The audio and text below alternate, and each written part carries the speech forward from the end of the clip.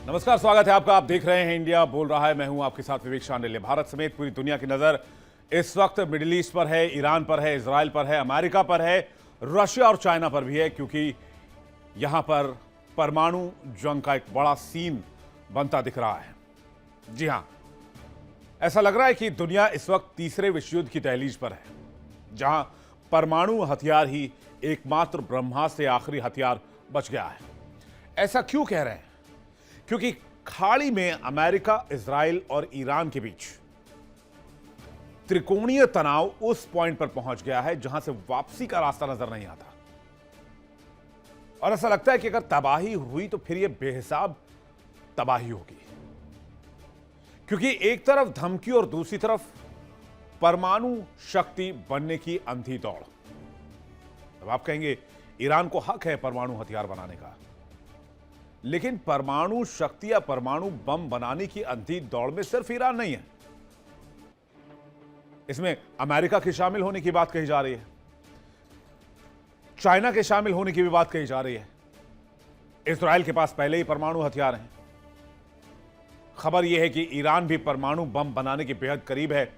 60-70% uranium enriched कर चुका है।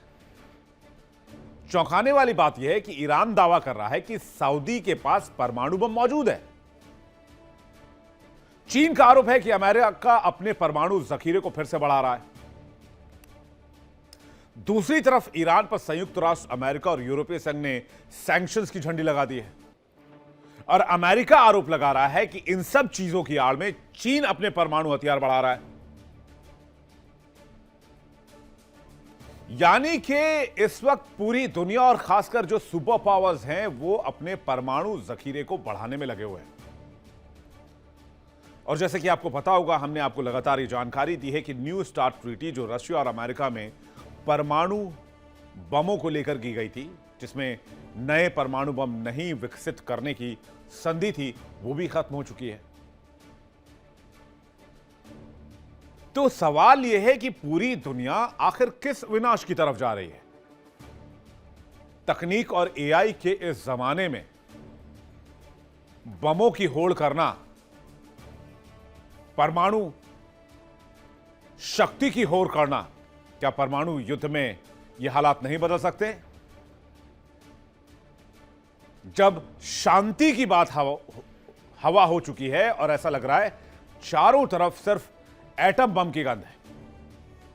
आखिर क्यों पूरी दुनिया को परमाणु हथियार फिर से चाहिए? आज इसी पर सबसे बड़ी चर्चा, और इसके केंद्र में कैसे ईरान और चीन है।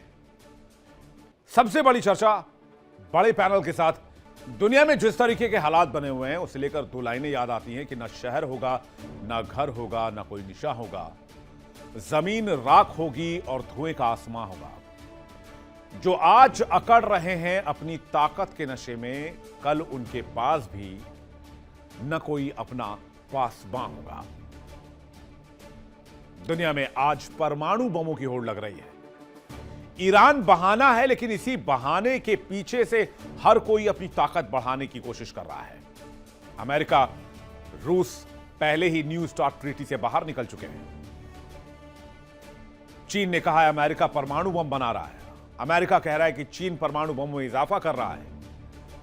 अमेरिका यह भी कह रहा है कि रशिया नए बम टेस्ट कर रहा है। पाकिस्तान के भी कुछ नए बमों के टेस्ट करने की खबर मिल रही है।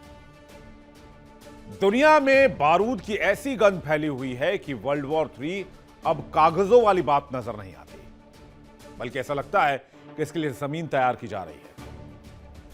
अमेरिका और ईरान एक दूसरे के आमने सामने तनकर खड़े हैं। इजराइल की तलवार मयान से बाहर है। ये वो ट्रायंगल है जो पूरी दुनिया को आ बैल मुझे मार की तर्ज पर महाविनाश की ओर खींच रहा है। और यकीन मानिए, अगर इस जंग की शुरुआत हुई तो फिर इस जंग को संभाल पाना दुनिया के किसी ताकत के बस की बात नहीं रह जाएगी। और यही वजह है कि हर मुल्क अपने डेटरेंस पावर को बढ़ाने के लिए परमाणु बम के पीछे पागल हो चुका है। दुनिया इस वक्त जलती आग में घी डालने का काम कर रही है। एक तरफ इस्राइल है जिसके पास घोषित परमाणु जखीरा है, दूसरी तरफ ईरान है जो परमाणु दहलीज लांघने के लिए एड़ी चोटी का जोर लगा चुका है। इजराइल के पास परमाणु बम कंफर्म्ड है। कहते हैं ईरान परमाणु बम के करीब पहुंच गया है। ईरान का दावा है कि सऊदी के पास परमाणु बम पहले से मौजूद है। चीन दावा कर रहा है कि अमेरिका फिर से परमाणु बम बना रहा है। अमेरिका कह रहा है कि चीन के सीक्रेट परमाणु परीक्षण का खुलासा हुआ है। अमेरिका ने गुपचुप तरीके से चीन पर परमाणु परीक्षण करने के आरोप लगाए। चीन कह रहा है कि अमेरिका शांति की आड़ में अपने परमाणु हथियारों को और आधुनिक बना रहा है। इस बीच ईरान ने अमेरिका को खुली धमकी दे दी है। एआई वीडियो के जरिए हमले की रणनीति दिखा दी है। आपको वो तस्वीर दिखाते हैं जिसको ईरान के आधिकारिक चैनल पर टेलीकास्ट किया गया है, यानी कि सरकारी मीडिया पर टेलीकास्ट किया गया है, जिसमें ड्रोन्स देख सकते हैं, ईरान के फायर पावर को देख सकते हैं और अमेरिकी एयरक्राफ्ट को देख सकते हैं। अमेरिकी एयरक्राफ्ट को निशाना बनाते हुए यह तस्वीरें जारी की गई हैं। ईरान ने अमेरिका के खिलाफ एक तरह से महायुद्ध का ऐलान कर दिया है। खाड़ी में तनाव उस मोड़ पर है जहां से सिर्फ विनाश दिखता है। ईरान ने साफ कह दिया है कि उसके टारगेट पर अमेरिका के विशालकाय युद्धपोत है। ये देखिए तस्वीर जो जारी की गई है।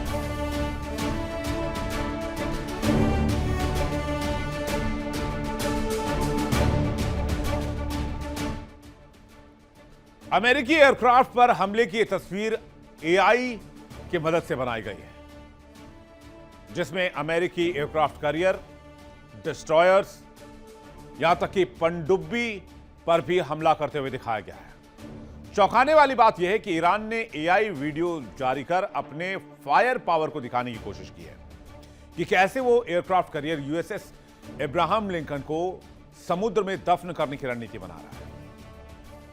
और यकीन मानिए कि यह सिर्फ धमकी नहीं है, बल्कि अमेरिकी सैन्य ताकत को एक चुनौती भी है। क्या खाड़ी का समंदर अब थर्ड वर्ल्ड वॉर का गवाह बनेगा? दुनिया की सांसें इसी बात से थमी हुई हैं। ईरान को रोकने के लिए अमेरिका, यूरोपीय संघ और संयुक्त राष्ट्र ने सैंक्शंस का एक नया जाल बुना है, जिससे निकलना ईरान के लिए नामुमकिन है, असंभव है। यूएन के स्नैपबैक तंत्र ने पुराने और कड़े प्रतिबंधों को फिर से जिंदा कर दिया है। लेकिन क्या प्रतिबंधों ने ईरान पर अंकुश या लगाम लगाने की ताकत दिखाई आज तक? 1979 के बाद से ईरान पर सैंक्शंस लगे हुए हैं, लेकिन क्या ईरान का मिसाइल प्रोग्राम रुका? नहीं। क्या ईरान का आईसीबीएम प्रोग्राम रुका? नहीं। क्या ईरान का एमआरबीएम प्रोग्राम रुका? नहीं। क्या ईरान के हथियार डेवलपमेंट रुके? नहीं। क्या ईरान के drone development, new modern warfare technology warfare रुका? नहीं। क्या ईरान के प्रॉक्सीज रुके? नहीं। यहां तक कि ईरान ने यूरेनियम एनरिचमेंट को लेकर अमेरिका की बात मानने से भी इनकार कर दिया। ईरान के परमाणु ऊर्जा संगठन के प्रमुख का बयान सामने आया कि ईरान से अगर सैंक्शंस हटाए जाते हैं तो फिर वो एनरिच्ड यूरेनियम को थोड़ा हल्का कर सकते हैं, यूरेनियम का संवर्धन कम किया जा सकता है। ईरान के विदेश मंत्री अब्बास अरागची ने भी ऐलान किया, लेकिन उन्होंने यह क्लियर कर दिया कि हम एनरिचमेंट नहीं रोकेंगे, वो चलता रहेगा। हां, उसका स्तर जरूर कम कर सकते हैं, 60% से नीचे उसको लेकर आ सकते हैं। जबकि ईरान पर परमाणु संवर्धन रोकने के लिए लगातार यूएस दबाव बना रहा है। इजराइल का कहना है कि ईरान के पास तकरीबन 440 किलो 60% एनरिच्ड यूरेनियम है, जिससे बॉम्ब बनाए जा सकते हैं। इतिहास गवाह है कि जब किसी देश को किसी कोने में धकेला जाता है तो वो और ज्यादा खूंखार हो जाता है। ईरान मरता क्या ना करता वाली स्थिति में है। अगर उस पर अटैक हुआ तो अपनी परमाणु ताकत का इस्तेमाल करने से नहीं चुकेगा, और अगर ईरान ने बटन दबाया तो इजराइल और अमेरिका चुप नहीं बैठेंगे। ये एक ऐसी चेन रिएक्शन होगी जो मिनटों में करोड़ों जिंदगियां ले लेगी। किस देश के पास कितने परमाणु हथियार हैं वो भी आप जान लीजिए। जबकि ये और हथियार बनाने की बात कर रहे हैं। रशिया के पास 5,977 परमाणु हथियार हैं, अमेरिका के पास 5,428, चीन के पास 350। हालांकि चीन की फिगर्स क्लियर नहीं है, कई फिगर में आप जब गूगल करेंगे या फिर आप इसको सर्च करेंगे तो कहीं आपको 500 दिखेगा, कहीं 550 दिखेगा। चाइना के पास कहीं 350 दिखेगा। कुछ सोर्सेस ये भी क्लेम करते हैं कि चाइना के पास 800 से ज्यादा परमाणु हथियार मौजूद हैं। फ्रांस के पास 290, ब्रिटेन के पास 225, पाकिस्तान के पास 165 से 170, भारत के पास 180 से 190, कुछ सोर्सेज में 160 का दावा किया जाता है। इजराइल के पास 90, नॉर्थ कोरिया के पास 20। क्या इतने परमाणु बम काफी नहीं है? ईरान और अमेरिका के बीच तनाव उस लेवल पर है जहां से परमाणु युद्ध की आड़ दिखाई देती है। ईरान की परमाणु दहलीज पर दस्तक और अमेरिका की सख्त घेरेबंदी ने खाड़ी को बारूद का ढेर बनाना शुरू कर दिया है। खाड़ी में परमाणु युद्ध का खतरा भी बढ़ रहा है क्योंकि ईरान का परमाणु कार्यक्रम तेज हो चुका है। इजराइल को पहले हमला वाला रुख अपनाना पड़ सकता है। इजराइल को अमेरिका की सैन्य और राजनीतिक बैकिंग मौजूद है। ईरान इजराइल की सीधी दुश्मनी है, जैसे कि आपको पता है, दोनों एक दूसरे के कट्टर दुश्मन हैं। डोनाल्ड ट्रंप कह रहे हैं कि ईरान को किसी मुगालते में नहीं रहना चाहिए। मिडिल ईस्ट में भरोसे में भारी कमी आ गई, खाड़ी देशों का अलग रुख है, गलत अनुमान या गलत इंटेलिजेंस का खतरा है। परमाणु हथियार डिटरेंस की जगह दबाव का साधन बना है और इसलिए आज की तारीख में जब लग रहा है कि हालात ठीक नहीं है तो हर देश अपने परमाणु वॉरहेड्स को और बढ़ा रहा है। दुनिया के देशों को यह समझना होगा कि परमाणु युद्ध में कोई जीतता नहीं है। इतिहास गवाह है। हिरोशिमा नागासाकी की तस्वीर उठाकर देख लीजिए, आंकड़े उठाकर देख लीजिए, सिर्फ लाशें बचती हैं और दशकों की महामारी। और आज दुनिया जिस मुहाने पर खड़ी है, यहां से कूटनीति फेल हुई तो इतिहास माफ नहीं करेगा आज के रहनुमाओं को, क्योंकि परमाणु युद्ध का मतलब है एक झटके में सब खत्म। तो क्या इसी वजह से दुनिया के अलग अलग मुल्क परमाणु हथियार बढ़ा रहे हैं? और ईरान के पूर्व आईआरजीसी कमांडर ये क्यों कह रहे हैं कि सऊदी अरब के पास ऑलरेडी परमाणु हथियार हैं, जिसने मिडिल ईस्ट में हलचल पैदा कर दी? बातचीत करने के लिए मेहमानों का एक बड़ा पैनल हमारे साथ जुड़ रहा है। Major general A K. सिवाच हमारे साथ जुड़ रहे हैं, रक्षा विशेषज्ञ डॉक्टर मोहम्मद अमीन हमारे साथ जुड़ रहे हैं, पूर्व राजनयिक अहमर मस्ती खान जुड़ रहे हैं, वरिष्ठ पत्रकार अमेरिका से लाइव, अखिल प्रसाद हमारे साथ जुड़ रहे हैं, सीनियर जर्नलिस्ट हैं चीन से लाइव। तो आप सभी मेहमानों का बहुत स्वागत है और दर्शकों आपका भी बहुत बहुत स्वागत करते हैं। सबसे पहले जनरल सिवाच से मेरा पहला सवाल। सिवाच सर, क्या लगता है आपको, ईरान का यह दावा कि सऊदी के पास ऑलरेडी परमाणु बम है, इस बात में कितना दम है? विवेक, इसका तो आप 100% कहना बड़ा मुश्किल है। हाँ। क्योंकि कहीं ना कहीं ईरान अगर बोल रहा है तो इसमें कोई ना कोई तो वजह होगी जिस प्रकार से बोला। मगर आप ये देखें कि जिसने भी हथियार बनाए हैं, या तो उसकी खुद की टेक्निकल कैपेबिलिटी है या उसको मदद की है। अगर आप देखें 5 जो P5 हैं, जो कि उनको एक प्रकार से फॉर्मल माना जाता है न्यूक्लियर वेपन, जिसमें अमेरिका है, यूके है, फ्रांस है और चाइना और रशिया, और 4 और देशों ने बनाए हैं, जिसके अंदर भारत भी है, पाकिस्तान भी है और उसके अंदर इजराइल भी है और नॉर्थ कोरिया भी है। अगर आप देखें कि पाकिस्तान को जो न्यूक्लियर हथियार बनाए, एक तो चोरी से और कुछ चीन ने उसकी मदद की है, इजराइल के को मदद की अमेरिका ने, उसकी कैपेबिलिटी भी थी, उसका टेक्निकल नो हाउ भी था, और नॉर्थ कोरिया को भी चीन और रूस ने किया है। तो ये सोचना कि सऊदी बना सकता है बिना किसी हेल्प के तो शायद मुश्किल है। और ऐसा लगता है अगर वो बनाएगा, क्या उसको अमेरिका मदद करेगा? क्या उसको पाकिस्तान ने दिया? पाकिस्तान ने न्यूक्लियर हथियार का जो प्रिंट आउट, या आप ये कहें कि टेक्नोलॉजी, लीबिया को भी बेची, नॉर्थ कोरिया को भी बेची है उसने, और ईरान को भी किसी हद तक उसने दी है, इसमें कोई शक नहीं। मगर सऊदी का किसी को अब तक आइडिया नहीं है कि सऊदी के पास भी न्यूक्लियर हथियार है। मगर कोई कह नहीं सकता कि हो भी सकता है, मगर मुझे लगता है फुटप्रिंट नजर नहीं आ रहे। अगर बात आती है विवेक, क्या ये लड़ाई हो सकती है, देखो मुझे लगता है अभी मुझे तो लगता है कि पोस्चरिंग। अमेरिका इस बात को बहुत हद तक तय करता है कि ग्लोबल साउथ में या फिर साउथ में, साउथ वेस्ट में किस देश के पास हथियार, परमाणु हथियार हो। भारत के पास, जब भारत ने टेस्ट किया तो उसके चंद महीनों के बाद पाकिस्तान के पास परमाणु हथियार कैसे आ गया? क्योंकि जो ईरान परमाणु बम पाकिस्तान, बना रहा है तो अमेरिका कह रहा है कि आज ईरान बनाएगा। स्टीव विटकॉफ का यह बयान है कि आज ईरान बनाएगा, कल को सऊदी बोलेगा मेरे पास भी परमाणु हथियार है, अगले दिन उसके पास परमाणु बम आ जाएगा। तो ये जो डॉट्स कनेक्ट होते हैं, मुझे लगता है ये अमेरिका का गंदा खेल है परमाणु बम वाला। हाँ ये विवेक एक बात आपने बड़ी अच्छी बोली कि ये जितने भी हथियार, न्यूक्लियर हथियार जितने भी बनाए, या तो उनको मदद मिली है या उनका टेक्निकल नो हाउ। तो सऊदी हाँ। एक सरप्राइज फैक्टर है कि अगर सऊदी ने न्यूक्लियर हथियार बनाए हैं तो फिर मुझे लगता है इसकी मदद तो अमेरिका ही दे सकता है, क्योंकि या पाकिस्तान दे सकता है।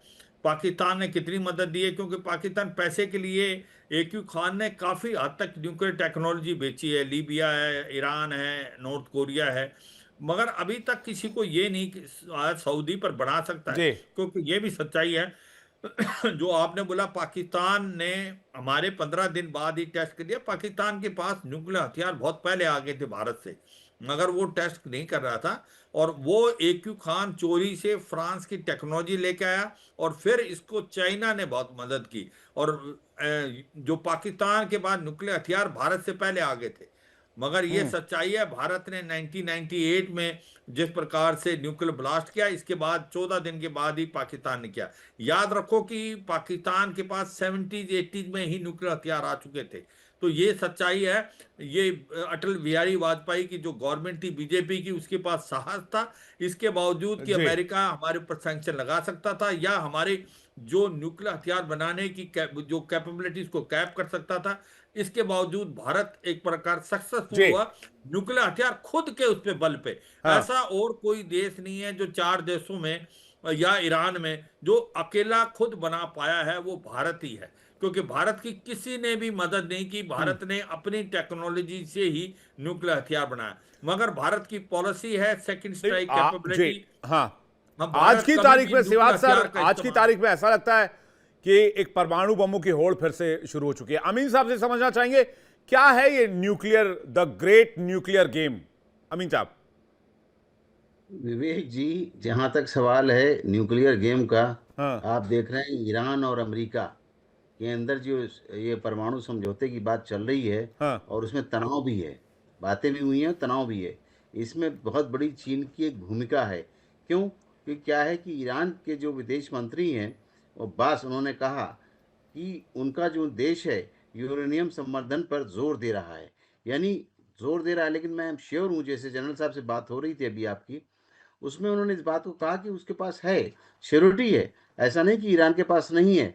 जो आज आप देख रहे हैं दुनिया से जमावड़ा कर रहा है, वो सारे गल्फ को घेर लिया है। उनके अब्राहम लिंकन ने, और भी उनके जहाज़ हैं, और भी उनकी फोर्सेस हैं, सब आके अटैच हो रही हैं उनके साथ में। आप देख रहे हैं कि इनके जो सारा होमुर्ज की खाड़ी है, उसमें पूरा तनाव क्रिएट किया हुआ है, और देख रहे हैं इससे क्या होने वाला है। लेकिन मैं आपको क्लियर कट ये बात बताऊंगा कि इसमें क्या है, इसमें रशिया और चाइना का बहुत बड़ा हाथ है, उनकी बहुत बड़ी सलाह है, जिसके तहत ये ईरान जो है अब दबने का नाम नहीं ले रहा है। जहाँ तक परमाणु का सवाल है, जो पहले इन्होंने किया, उसके बाद भी उन्होंने जो अपनी मिसाइलें भेजी यहाँ से लेके वहाँ तक, और उसके बाद मस्कत तक, ओमान तक भेजी, और उनके जो उड़ाने की कोशिश की ठिकानों को जो इन्होंने बना रखे हैं अमेरिका ने, क्योंकि अमेरिका इतनी दूर से डायरेक्ट तो लड़ाई कर नहीं सकता। उसने बेड़ा ज़रूर भेजा है धमकाने के लिए, लेकिन मैं नहीं समझता, देखिएगा कुछ दिन के बाद ये मामला शांत हो जाएगा। नहीं तो ये जो लड़ाई है, ये आप देखेंगे चाइना सपोर्ट करेगा फुल ईरान को, और उधर से रशिया करेगा। क्योंकि ये लोग दोनों जानते हैं, कंट्रीज इस रीजन में, एशिया के अंदर, ये जानते हैं कि वेस्ट और एशिया, सेंट्रल एशिया में, कि अगर ये इस तरीके से हमला करता है और ईरान पे आता है, तो ईरान का मतलब है सीधा हमला जो है रशिया और चाइना के ऊपर है। उधर से कोरिया भी तैयारी में बैठा हुआ है। इन लोगों ने जो भी पहले, याद होगा कि हमारे मोदी जी भी गए थे चाइना में, वहाँ पर इन लोगों ने जो मुलाकात की थी आपस में, चाहे वो कोरिया रहा हो, चाहे रशिया रहा हो, चाइना रहा हो, इन लोगों ने अलग अलग बातें की। उस वक्त क्या खिचड़ी पक्की कोई नहीं जानता। इसलिए आप देखिएगा इसमें बहुत बड़ा स्टेक जी। लगा है चाइना का ईरान के साथ में। आप देखेंगे एक इसका बहुत बड़ा आर्थिक तौर पे, मैं कहता हूँ इकोनॉमिक और आर्थिक जो तौर है, हाँ। उसमें इसका बहुत बड़ा पार्टनर है चाइना। नहीं तो इससे ईरान बहुत को ज्यादा कट ऑफ करने का मतलब ही चाइना को कट ऑफ करना, उसको उसकी जी ऑयल बिल्कुल